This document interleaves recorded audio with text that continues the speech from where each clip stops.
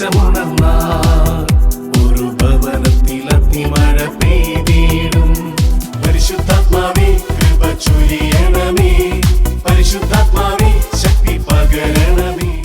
നിങ്ങളുടെ ജീവിതാവസ്ഥ എന്തു തന്നെയാണെങ്കിലും ഇന്ന് ഈശോ നിങ്ങളോട് പറയുകയാണ്, നിങ്ങൾ ഭാഗ്യവാനാണ്, നിങ്ങൾ ഭാഗ്യവതിയാണ്. കാരണം ഈ ശുശ്രൂഷയിൽ പങ്കെടുക്കാൻ ദൈവം നിന്നെ തെരഞ്ഞെടുത്ത് ഇവിടെ എത്തിച്ചു. ഇല്ലെങ്കിൽ നിങ്ങൾക്കിതൊരിക്കലും പറ്റില്ല. ഇത് ദൈവത്തിൻ്റെ വളരെ പദ്ധതിയുടെ ഒരു ഭാഗമാണ് ഈ ശുശ്രൂഷ. വലതുകരം ഉയർത്തി പറഞ്ഞ hallelujah, hallelujah, hallelujah, hallelujah, hallelujah, hallelujah, hallelujah. ഞാനൊരു ചോദ്യം ചോദിക്കട്ടെ. ചോദ്യം ഇതാണ്: നിങ്ങളുടെ ജീവിതത്തിൽ ഒരു ദൈവിക ഇടപെടൽ ആഗ്രഹിക്കുന്നവർ, മറ്റൊരു വാക്കിൽ പറഞ്ഞാൽ, കർത്താവെ ഒരത്ഭുതം എൻ്റെ ജീവിതത്തിൽ ഞാൻ ആഗ്രഹിക്കുന്നു, പ്രതീക്ഷിക്കുന്നു, ഒരു ദൈവിക ഇടപെടൽ ഞാൻ ആഗ്രഹിക്കുന്നു, അങ്ങനെയുള്ളവർ ഒന്ന് കൈപൊക്കിക്കേ. ഏതെങ്കിലും ഒരു ദൈവിക ഇടപെടൽ ആഗ്രഹിക്കുന്നവർ. എല്ലാവരും ഇത് ആഗ്രഹിക്കുന്നുണ്ട്. ഓൺലൈനിലൊക്കെ പങ്കെടുക്കുന്നവർ മിക്കവാറും 2 കൈകൾ ഉയർത്തിയിട്ടുണ്ടാവും. എന്ന് പറഞ്ഞു കഴിഞ്ഞാൽ നമ്മളെല്ലാവരും ഒരു ദൈവിക ഇടപെടൽ ജീവിതത്തിൽ ആഗ്രഹിക്കുന്നവരാണ്. Praise the Lord. സ്വരത്തിൽ പറഞ്ഞ ഹല്ലേലൂയ, ഹല്ലേലൂയ, ഹല്ലേലൂയ, ഹല്ലേലൂയ. ആ 2 കൈകളൊന്നും ഒന്നുകൂടെ 2 കൈകളൊന്നും നന്നായിട്ട് ഉയർത്തിപ്പിടിച്ചേ, നന്നായിട്ട് ഉയർത്തിപ്പിടിച്ചേ. ആക്കൊന്ന് കണ്ണടച്ചേ. എന്താണ് നീ ആഗ്രഹിക്കുന്ന നിയോഗം, ആ ദൈവിക ഇടപെടൽ? അതിനെ ഒന്ന് സമർപ്പിച്ചൊന്ന് പ്രാർത്ഥിക്കാം കേട്ടോ.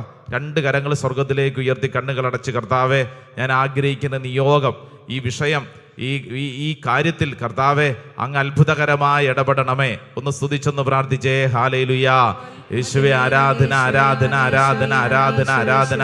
ഓ കർത്താവെ, ഞങ്ങൾ വിശ്വസിക്കുന്നു, ഏറ്റെടുക്കുന്നു. ദൈവത്തിന്റെ ആത്മാവെ ഈ ശുശ്രൂഷ സമയത്ത് ദൈവജനത്തിന്റെ മേല് അത്ഭുതകരമായിട്ട് ഇടപെടണമേ. ആരാധന, ആരാധന, ആരാധന, ആരാധന. യേശുവേ ആരാധന, ആരാധന, ആരാധന. സ്ഥലം വിറ്റ് കിട്ടണം ഒരു ചേട്ടന്റെ വലിയ ആഗ്രഹം. ഈ ചേട്ടൻ ഇവിടെ ഇടയ്ക്കിടയ്ക്ക് വരുമ്പോഴൊക്കെ പറയണത്, അച്ഛാ സ്ഥലം വിൽപ്പന, സ്ഥലം വിൽപ്പന, സ്ഥലം വിൽപ്പന. അപ്പം ഞാൻ ചോദിച്ചു, പ്രാർത്ഥന ഉണ്ടച്ചാ? അന്തോന്യൂസിൻ്റെ നൊവേന ഇപ്പോൾ പലതവണ ചൊല്ലി, യൂദാത്തേദൗസിൻ്റെയും ചൊല്ലി, ഇനി വേറെ വല്ലവരുടെ ഉണ്ടോ സ്ഥലം വിൽപ്പന? അപ്പം ഞാൻ ചോദിച്ചു, ചേട്ടൻ എന്നതാ ചെയ്യണ്ടേ? ഞാൻ എന്നതാ ചെയ്യണേ? ആ സ്ഥലം വിറ്റ് പോകണം, ആ സ്ഥലത്തിൻ്റെ അവിടെ ചെല്ലും. ഞാൻ എന്നിട്ട് ആ സ്ഥലത്ത് ചെന്നിട്ട് എനിക്ക് സങ്കടം വന്നിട്ട് വയ്യച്ചാ, ഞാൻ അവിടെ ഇരുന്ന് കുറേ നേരം കരഞ്ഞിട്ട് പോരും. എന്നിട്ട് യൂദാത്തേദൗസും അന്തോന്യൂസിൻ്റെ ആളുടെ പ്രാർത്ഥിക്കും. ഞാൻ പറഞ്ഞു, എൻ്റെ പൊന്നു ചേട്ടാ, ഇങ്ങനെ കരഞ്ഞോണ്ടിരുന്നിട്ട് വല്ല കാര്യമുണ്ടോ? കരഞ്ഞോണ്ടിരുന്നിട്ട് കാര്യമുണ്ടോ? ഇല്ലെന്ന്. നീ എന്താക്കി മാറ്റണം? ഈ സ്ഥലം തന്നത് ആരാ? അപ്പൊ പുള്ളി പറഞ്ഞു, അത് ഞങ്ങൾക്ക് പാരമ്പര്യമായിട്ട് കിട്ടിയതാ. ഞാൻ പറഞ്ഞു, ഈ സ്ഥലത്തിന്റെ ഉടമസ്ഥൻ ആരാ? ഞാൻ. ഈ ഞാൻ എന്നും പറഞ്ഞുകൊണ്ടിരുന്നു കഴിഞ്ഞാൽ അങ്ങനെ ഇരിക്കും. ഞാൻ ആ ചേട്ടനോട് പറഞ്ഞു, എൻ്റെ പൊന്നു ചേട്ടാ, ഈ സ്ഥലം തന്നത് ദൈവമാണ്. അല്ല, അത് ശരിയാണ്, അതാണ് ശരി. ഇത് ചിന്തിക്കാതെ എൻ്റെ സ്ഥലം തലമുറ എനിക്ക് കിട്ടി, ഈ സ്ഥലം ഞാൻ വിൽക്കണം, ഞാൻ എന്ത് ചെയ്യും, ഞാൻ എന്ത് ചെയ്യണം 24 മണിക്കൂർ ഞാൻ എന്നിങ്ങനെ ചിന്തിച്ചോണ്ടിരിക്കുന്നു. ഇങ്ങനെ ചിന്തിച്ചോണ്ടിരുന്നു കഴിഞ്ഞാൽ ചേട്ടൻ ഇങ്ങനെ ഇരുന്ന് കരഞ്ഞോണ്ടിരിക്കും. അതല്ല അതിൻ്റെ വഴി. ഈ സ്ഥലം തന്ന ദൈവമുണ്ട്, ദൈവത്തെ സ്തുതിക്കണം. ഈ സ്ഥലം വിറ്റ് കിട്ടണോ? ഈ സ്ഥലത്തെ ഓർത്തുകൊണ്ട് ദൈവത്തെ സ്തുതിക്കണം. സ്ഥലം തന്ന ദൈവത്തിന് നന്ദി. ആ വിഷയത്തെ ഓർത്തുകൊണ്ട് സ്തുതിക്കണം. ഇല്ലെങ്കിൽ എന്തു പറ്റും? എല്ലാ ദിവസവും ആ സ്ഥലത്ത് പോവും, കരഞ്ഞോണ്ടിരിക്കും, ഇടയ്ക്കിടയ്ക്ക് ഇവിടെ വരും, അവിടെ പോകും, ഇവിടെ പോകും. അതല്ല അതിൻ്റെ ഉത്തരം. ഒരു പ്രശ്നത്തിന് പരിഹാരം കിട്ടണമെങ്കിൽ ആ പ്രശ്നത്തെ നീ ഒരു സ്തുതിപ്പാക്കി മാറ്റണം. 2 കരങ്ങൾ സ്വർഗത്തിലേക്ക് ഉയർത്തി ഒച്ചത്തിൽ ഈശോയേ എന്ന് വിളിച്ചേ. ഒച്ചത്തിൽ വിളിച്ച് ഈശോയേ എന്ന് വിളിച്ചേ. ഈശോയേ എന്ന് വിളിച്ചേ. ഹല്ലേലൂയ. ഇങ്ങോട്ട് നോക്കിക്കേ. ശിഷ്യന്മാര് ഈശോയുടെ മുഖത്തോട്ട് നോക്കിക്കൊണ്ടിരിക്കുവാണ്. ഈ 5 അപ്പം എന്താവാനാണ്? അങ്ങനെ നോക്കിക്കൊണ്ടിരുന്നിരുന്നെങ്കിൽ അവരവിടെ അങ്ങനെ ഇരിക്കും. എന്നാൽ യേശു എന്ത് ചെയ്തു? കയ്യിലുള്ള ആ കുറവിനെ സ്വർഗത്തിലേക്ക് ഉയർത്തി കൃതജ്ഞതാ സ്തോത്രം ചെയ്തു. നിങ്ങൾ ഈശോയുടെ അത്ഭുതങ്ങൾ ശ്രദ്ധിച്ചിട്ടുണ്ടോ ബൈബിളിൽ? ദൈവം, യേശു ഈ പ്രവർത്തിച്ച അത്ഭുത പ്രവർത്തികൾ വെറും മാജിക് അല്ലെന്ന്. ഈശോയുടെ എല്ലാ അത്ഭുത പ്രവർത്തികളുടെ പ്രത്യേകത എന്താണെന്നറിയാവോ? ഈശോ അവിടെയുള്ള ആ കുറവിനെയാണ് നിറവാക്കി മാറ്റുന്നത്. കാനായിലെ വിവാഹ വിരുന്ന്, വീഞ്ഞില്ല, സങ്കടം, ദുഃഖം. ഈശോ ഉടനെ തന്നെ കൈ ഉയർത്തിയിട്ട് ആകാശത്തുനിന്ന് വീഞ്ഞു വരുത്തിയതല്ല, മറിച്ച് ഈശോ ചോദിച്ചു, ഇവിടെ എന്തുണ്ട്? ഇവിടെ എന്തുണ്ട്? 6 കൽഭരണി ഇല്ലേ? വെള്ളം നിറയ്ക്കൂ. പ്രിയപ്പെട്ടവരെ, ആ കുറവിനെയാണ് ഈശോ നിറവാക്കി മാറ്റിയത്. നിന്റെ വീട്ടിൽ എന്തുണ്ട്? ഇപ്പൊ കടബാധ്യതയുള്ള വ്യക്തി ചിന്തിക്കണം, എത്ര രൂപ കടബാധ്യതയുണ്ട്, എങ്ങനെ കൈകാര്യം ചെയ്യും? ആലോചിച്ചുകൊണ്ടിരുന്നു കഴിഞ്ഞാൽ ഇങ്ങനെ ഇരിക്കുള്ളൂ. മകൾക്ക് ജർമ്മനിക്ക് പോകണം.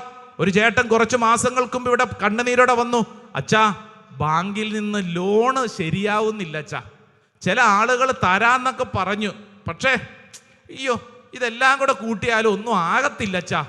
മകൾക്ക് ജർമ്മനിക്ക് പോകണം, പഠിക്കാൻ പോകണം, അവൾക്ക് വലിയ ആഗ്രഹമാണ്.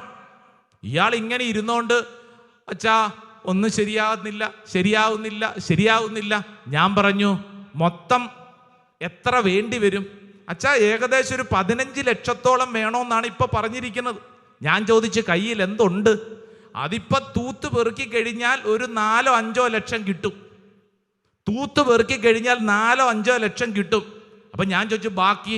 അറിയത്തില്ല അച്ഛാ, എന്നാ ചെയ്യണമെന്ന് അറിയത്തില്ല, ബാങ്കിൽ നിന്ന് ലോണിന് അപേക്ഷിച്ചിട്ട് കിട്ടുന്നില്ല, വലിയ പ്രശ്നമാണ്. ചില ആളുകളൊക്കെ തരാന്ന് പറഞ്ഞു, പക്ഷെ അവർക്ക് ഇപ്പൊ ഞെരുക്കത്തിലാണ്. എന്തു ചെയ്യും? പ്രിയപ്പെട്ടവരെ, ഇങ്ങോട്ട് നോക്കിക്കേ, ഇയാളുടെ കയ്യിൽ എന്തുണ്ട്? ഒരു 4-5 ലക്ഷം ഉണ്ട്. ബാക്കിയുള്ള 10 ലക്ഷം എവിടെയുണ്ട്? പറ, എവിടെയുണ്ട്?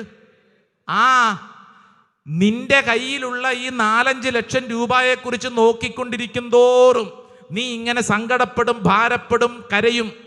എന്നാൽ ഈ സമ്പത്തിന്റെ ഉടയവനായ ദൈവത്തിങ്കിലേക്ക് നോക്കുമ്പോൾ ദൈവം അതിനുള്ള വഴികൾ നിനക്ക് വേണ്ടി തുറക്കും. ഹല്ലേലൂയ. ഞാൻ ആ ചേട്ടനോട് പറഞ്ഞു, ചേട്ടാ സമ്പത്തിന്റെ ഉടയവൻ ദൈവമാണ്. ഫിലിപ്പിയർക്ക് എഴുതിയ ലേഖനം 4-ാം അധ്യായം 19-ാം വചനം. ചേട്ടാ ഈ വചനം പ്രാർത്ഥിച്ചിട്ട് ചേട്ടൻ എന്ത് ചെയ്യണമെന്നറിയോ? മകളെ ഓർത്ത്, ജർമ്മനിക്ക് പോകാനുള്ള കാര്യങ്ങളെ ഓർത്ത്, സമ്പത്ത് ദൈവം ഒരുക്കുന്നതിനെ ഓർത്തുകൊണ്ട് സ്തുതിക്കാൻ പറഞ്ഞു. അപ്പൊ അദ്ദേഹം വീണ്ടും ചോദിച്ചു, ഞാൻ സ്തുതിച്ചാൽ കാര്യം നടക്കുമോ? കാര്യം നടക്കും. നീ ഇങ്ങനെ കരഞ്ഞോണ്ടിരുന്നു കഴിഞ്ഞാൽ അങ്ങനെ ഇരിക്കും. എന്നാൽ ഈ കുറവിനെ ദൈവത്തിന് കൊടുത്ത് സ്തുതിക്കും തോറും നമ്മുടെ ജീവിതത്തിൽ ദൈവം അത്ഭുതകരമായിട്ട് പ്രവർത്തിക്കും. Praise the Lord. ഹല്ലേലൂയ. എന്നെ കേൾക്കുന്ന ഓരോരുത്തരും നിങ്ങളുടെ സ്വഭാവത്തിൽ ചെയ്യേണ്ട വളരെ പ്രധാനപ്പെട്ട കാര്യം, ഓർത്തോണ്ടിരുന്ന്, പരാതി പറഞ്ഞുകൊണ്ടിരുന്ന്, കുറവിനെ കുറിച്ച് ചിന്തിച്ചുകൊണ്ടിരുന്നാൽ ഇങ്ങനെ ഇരിക്കും. നമുക്കറിയാമല്ലോ, ഈ കുറവുകളെ കുറിച്ച് ഓർക്കുന്തോറും നമുക്ക് സങ്കടം ഉണ്ടാവുള്ളൂ. സങ്കടം, ഭാരം. കഴിഞ്ഞ ദിവസം ഒരു ചെറുപ്പക്കാരൻ, അവൻ്റെ ഏറ്റവും വലിയ സങ്കടം, അച്ഛാ എനിക്ക് ഇച്ചിരി ശാരീരികമായ കുറവുകളുണ്ട്, പ്രത്യേകിച്ച് ഇവൻ്റെ കാലിനൊരു ഇച്ചിരി കുഴപ്പമുണ്ട്, ഇച്ചിരി നീളക്കുറവുണ്ട്. അപ്പോൾ അത് കാരണം ഇവന് ഭയങ്കര സങ്കടം. അവൻ പറഞ്ഞു, അച്ഛാ എൻ്റെ ജീവിതം, എൻ്റെ പ്രായത്തിലുള്ള എല്ലാവരും ഒക്കെ എങ്ങനെ ജീവിക്കുന്നു, ഞാനോ കണ്ടില്ല അച്ഛാ. പക്ഷെ ഇവനെ കണ്ടാലും നടപ്പൊന്നും അങ്ങനെ തോന്നത്തില്ല. പക്ഷെ ഇവൻ്റെ ഉള്ളിൽ ഈ ഒരു കുറവ് അത് വളരെ ശക്തമായിട്ട് കയറിയിരിക്കുക.